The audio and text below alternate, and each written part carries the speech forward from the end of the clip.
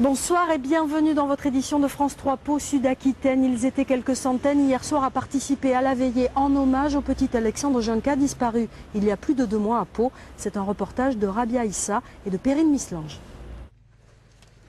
Pour son anniversaire, des bougies, des fleurs et sa mère au centre de ce mémorial qui lui est dédié. Alexandre aurait eu 14 ans ce jeudi 4 août 2011 et c'est en silence que ses proches et les Palois lui ont rendu hommage. Un silence qui allait au-delà de la rue Gallos, un lieu transformé en mausolée depuis la disparition de l'adolescent. Je connaissais bien le petit Alexandre, parce que j'habitais le même immeuble que son papa, donc j'ai connu tout petit. Et l'autre jour, avant le drame, j'ai pris le bus avec lui, donc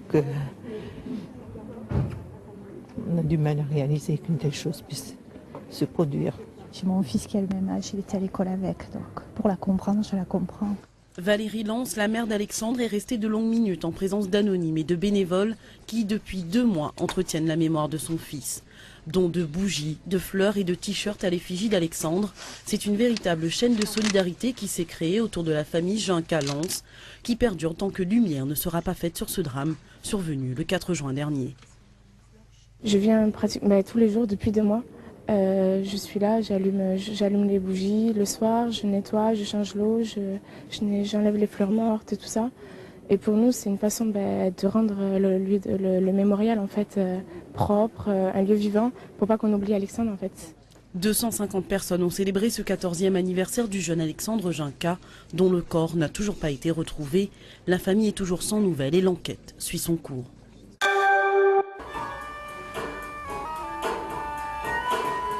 Une petite danse qui peut les mener loin. Avec ce court-métrage intitulé Chasser l'homme, 5 Béarnaises à peine sorties du lycée viennent de remporter le premier prix du 9e festival du film Cinema d'Amare en Italie, un rendez-vous réservé aux jeunes cinéastes.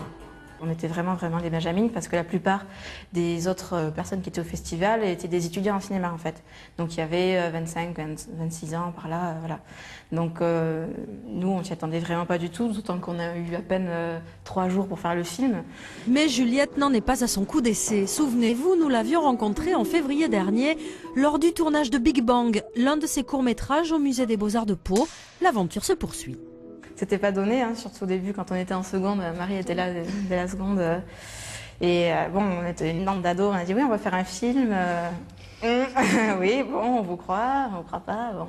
Et puis, à force on a persévéré et puis voilà, on est arrivé là.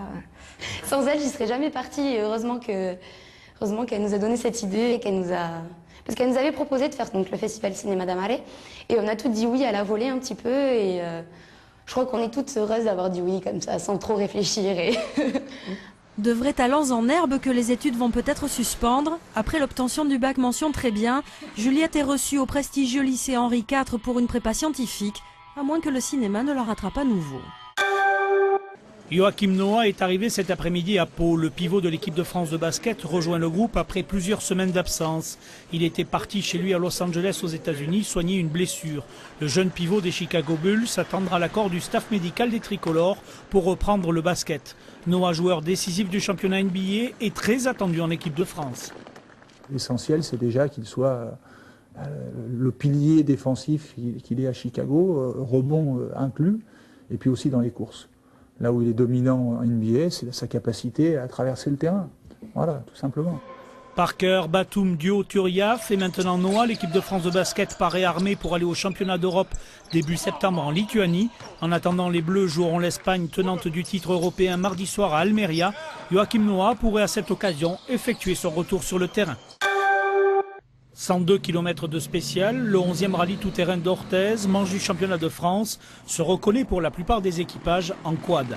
Là, un dialogue s'instaure entre le pilote et son navigateur. Les notes seront annoncées pendant la course. On note des distances entre chaque virage. Après, chacun a sa propre méthode. Nous, après, on note des numéros de 1 à 4. Gauche 1, ça va être un virage qui est à 90 degrés, très fermé. Un gauche 4, c'est un virage qui passe presque à fond. Donc moi après je sais me le décoder. Le jour de la course, les pilotes passeront sur ces pistes à grande vitesse. Le livre de bord de chaque spécial indique toutes les difficultés du parcours. Il est annoté et relu plusieurs fois par les équipes. Et moi, en tant que pilote, ça m'aide un peu à anticiper au moment où on arrive sur la piste et sur l'obstacle. On anticipe vraiment avant, on essaye de se placer au mieux pour passer l'obstacle. Avec 90 bolides sur les pistes, la sécurité est une priorité. Mais aujourd'hui, un autre dossier est devenu tout aussi important, l'impact environnemental. Sur une partie du parcours qui fait partie du zonage Natura 2000, on a fait faire par un cabinet spécialisé une étude d'impact de manière à pouvoir avoir une vraie retombée de l'impact que peut avoir le rallye sur l'environnement. C'est bien, c'est une prise de conscience. En même temps, il faut faire attention à ce que ça n'aille pas trop loin parce que nous ne sommes que des bénévoles. Une association et un budget de 70 000 €. Le rallye d'Orthez est aujourd'hui devenu une référence dans le calendrier national. Les meilleurs pilotes seront au rendez-vous, parmi eux le champion de France en titre, le Béarnais Alain Pierrine. C'est la fin de cette édition. Merci de votre fidélité. À suivre votre